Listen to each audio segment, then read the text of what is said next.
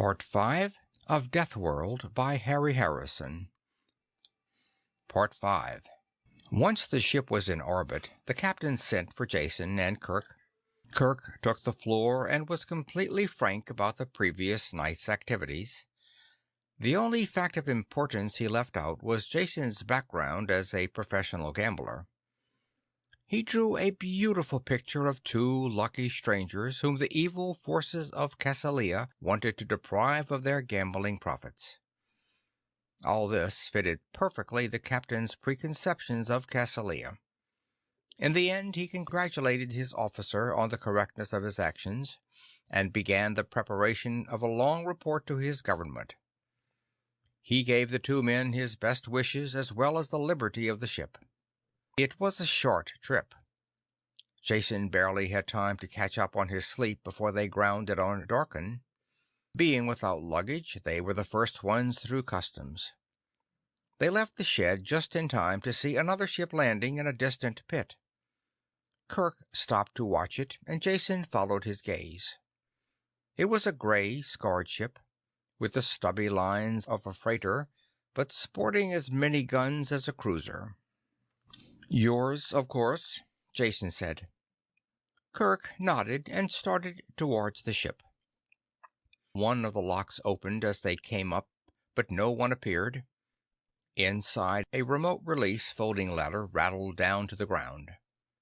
Kirk swarmed up it, and Jason followed glumly. Somehow he felt this was overdoing the no-frills and nonsense attitude. Jason was catching on to Pyrrian ways, though. The reception aboard ship for the ambassador was just what he expected. Nothing. Kirk closed the lock himself, and they found couches as the takeoff horn sounded. The main jets roared, and acceleration smashed down on Jason. It didn't stop. Instead, it grew stronger, squeezing the air out of his lungs and the sight from his eyes. He screamed, but couldn't hear his own voice through the roaring in his ears. Mercifully, he blacked out. When consciousness returned, the ship was at 0G.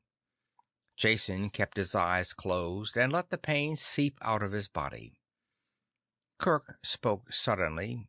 He was standing next to the couch. "My fault, Meta. I should have told you we had a 1G passenger aboard. You might have eased up a bit on your usual bone-breaking takeoff." "It doesn't seem to have harmed him much. But what's he doing here?" Jason felt mild surprise that the second voice was a girl's, but he wasn't interested enough to go to the trouble of opening his sore eyes. "Going to Pyrrus. I tried to talk him out of it, of course, but I couldn't change his mind. It's a shame, too. I would like to have done more for him. He's the one who got the money for us." "Oh, that's awful," the girl said. Jason wondered why it was awful. It didn't make sense to his groggy mind. "It would have been better if he stayed on Darken," the girl continued. "He's very nice looking. I think it's a shame he has to die." That was too much for Jason. He pried one eye open, then the other. The voice belonged to a girl about 21 who was standing next to the bed, gazing down at Jason. She was beautiful. Jason's eyes opened wider as he realized she was very beautiful, with a kind of beauty never found in the civilized galaxy. The women he had known all ran to pale skin, hollow shoulders, gray faces covered with tints and dyes. They were the product of centuries of breeding weakness back into the race, as the advance of medicine kept alive more and more non-survival types. This girl was the direct opposite in every way. She was the product of survival on Pyrrus. The heavy gravity that produced bulging muscles in men brought out firm strength in strap-like female muscles. She had the figure of a goddess, tanned skin and perfectly formed face. Her hair, which was cut short, circled her head like a golden crown. The only unfeminine thing about her was the gun she wore in a bulky forearm holster. When she saw Jason's eyes open, she smiled at him. Her teeth were as even and as white as he had expected. "I'm Meta, pilot of this ship, and you must be Jason dinAlt. That was a lousy takeoff, Meta." "I'm really very sorry," she laughed, "but being born on a 2G planet does make one a little immune to acceleration. I save fuel, too, with the synergy curve." Kirk gave a non-committal grunt. "Come along, Meta. We'll take a look at the cargo. Some of the new stuff will plug the gaps in the perimeter." "Oh, yes," she said, almost clapping her hands with happiness. "I read the specs. They're simply wonderful." Like a school girl with a new dress, or a box of candy. That's a great attitude to have towards bombs and flamethrowers. Jason smiled wryly at the thought as he groaned off the couch. The two Pyrrians had gone, and he pulled himself painfully through the door after them. It took him a long time to find his way to the hold. The ship was big and apparently empty of crew. Jason finally found a man sleeping in one of the brightly lit cabins. He recognized him as the driver who had turned the car over to them on Cassilia. The man, who had been sleeping soundly a moment before, opened his eyes as soon as Jason drifted into the room. He was wide awake. "How do I get to the cargo hold?" Jason asked. The other told him, closed his eyes, and went instantly back to sleep before Jason could even say thanks. In the hold, Kirk and Meta had opened some of the crates and were chortling with joy over their lethal contents. Meta, a pressure canister in her arms, turned to Jason as he came through the door. "Look at this," she said. "This powder in here, why, you can eat it like dirt with less harm. Yet it's instantly deadly to all forms of vegetable life." She stopped suddenly as she realized Jason didn't share her extreme pleasure. "I'm sorry. I forgot for a moment that you weren't a Pyrran. So you don't really understand, do you?" Before he could answer, the PA speaker called her name. "Jump time," she said. "Come with me to the bridge while I do the equations. We can talk there. I know so little about any place except Pyrrus that I have a million questions to ask." Jason followed her to the bridge, where she relieved the duty officer and began taking readings for the jump setting. She looked out of place among the machines, a sturdy but supple figure in a simple one-piece ship suit. Yet there was no denying the efficiency with which she went about her job. "Meta, aren't you a little young to be the pilot of an interstellar ship?"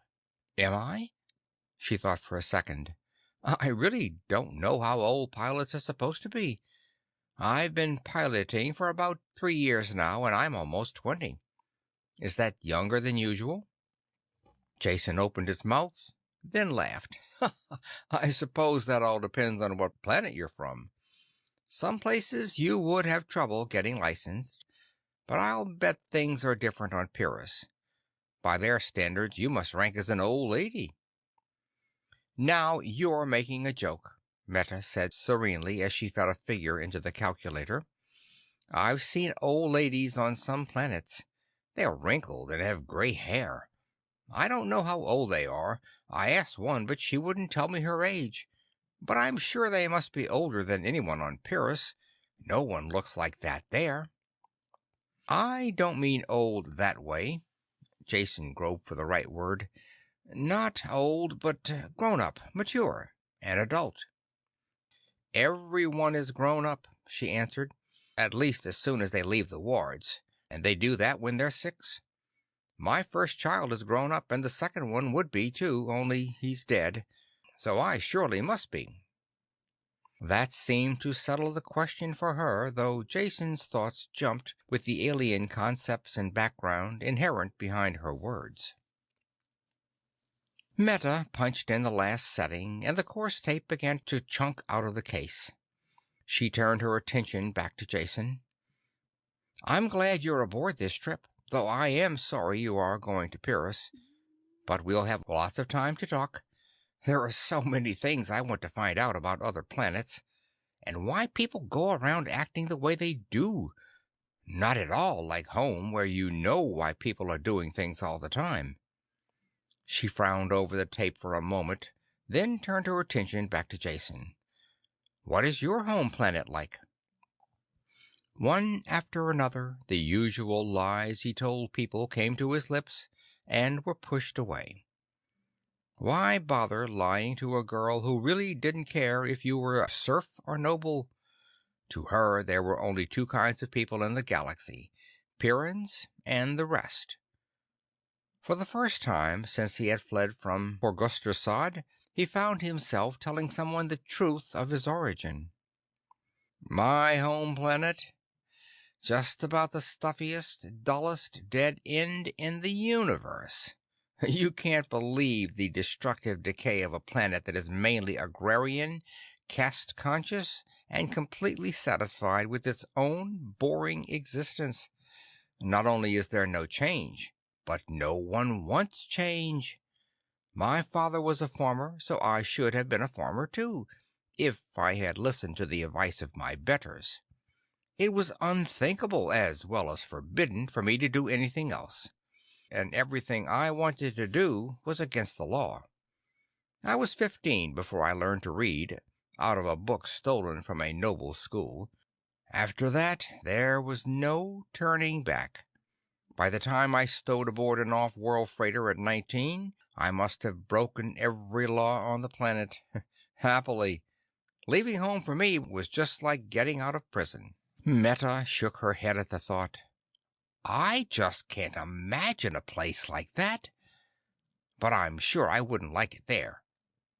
"I'm sure you wouldn't," Jason laughed. "So once I was in space with no law-abiding talents or skills, I just wandered into one thing and another. In this age of technology, I was completely out of place. Oh, I suppose I could have done well in some army, but I'm not good at taking orders. Whenever I gambled, I did well, so little by little I just drifted into it. People are the same everywhere, so I manage to make out well wherever I end up." "I know what you mean about people being alike, but they are so different," she said. "I'm not being clear at all, am I? What I mean is that at home, I know what people will do and why they do it at the same time.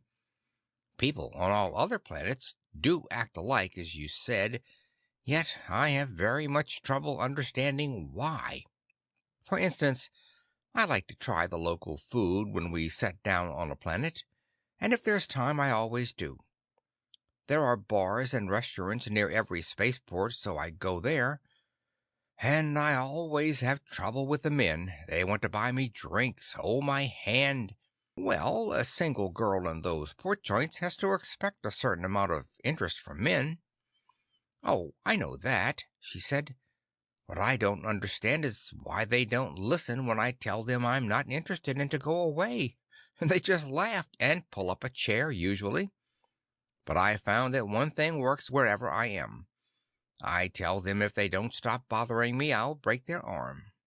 "Does that stop them?" Jason asked. "No, of course not. But after I break their arm, they go away. And the others don't bother me either. It's a lot of fuss to go through, and the food is usually awful." Jason didn't laugh, particularly when he realized that this girl could break the arm of any spaceport thug in the galaxy. She was a strange mixture of naivety and strength, unlike anyone he had ever met before. Once again he realized that he had to visit the planet that produced people like her and Kirk. "Tell me about Pyrrus," he asked. "Why is it that you and Kirk assume automatically that I will drop dead as soon as I land? What is the planet like?" All the warmth was gone from her face now. "I can't tell you. You will have to see for yourself. I know that much after visiting some of the other worlds. Pyrrus is like nothing you galaxy people have ever experienced.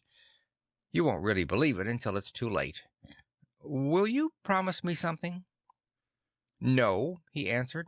At least, not until after I hear what it is and decide. Don't leave the ship when we land.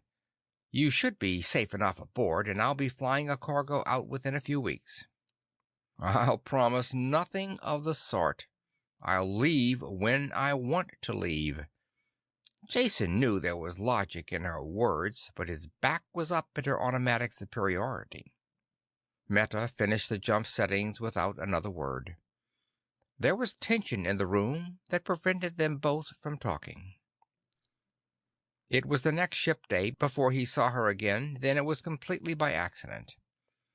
She was in the astrogation dome when he entered, looking up at the sparkling immensity of the jump sky.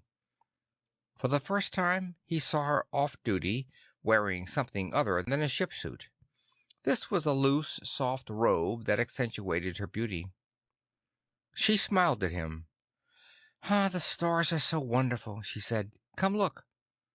Jason came close to her, and with an unthinking, almost automatic movement, put his arm around her. Neither did she resent it, for she covered his hand with hers.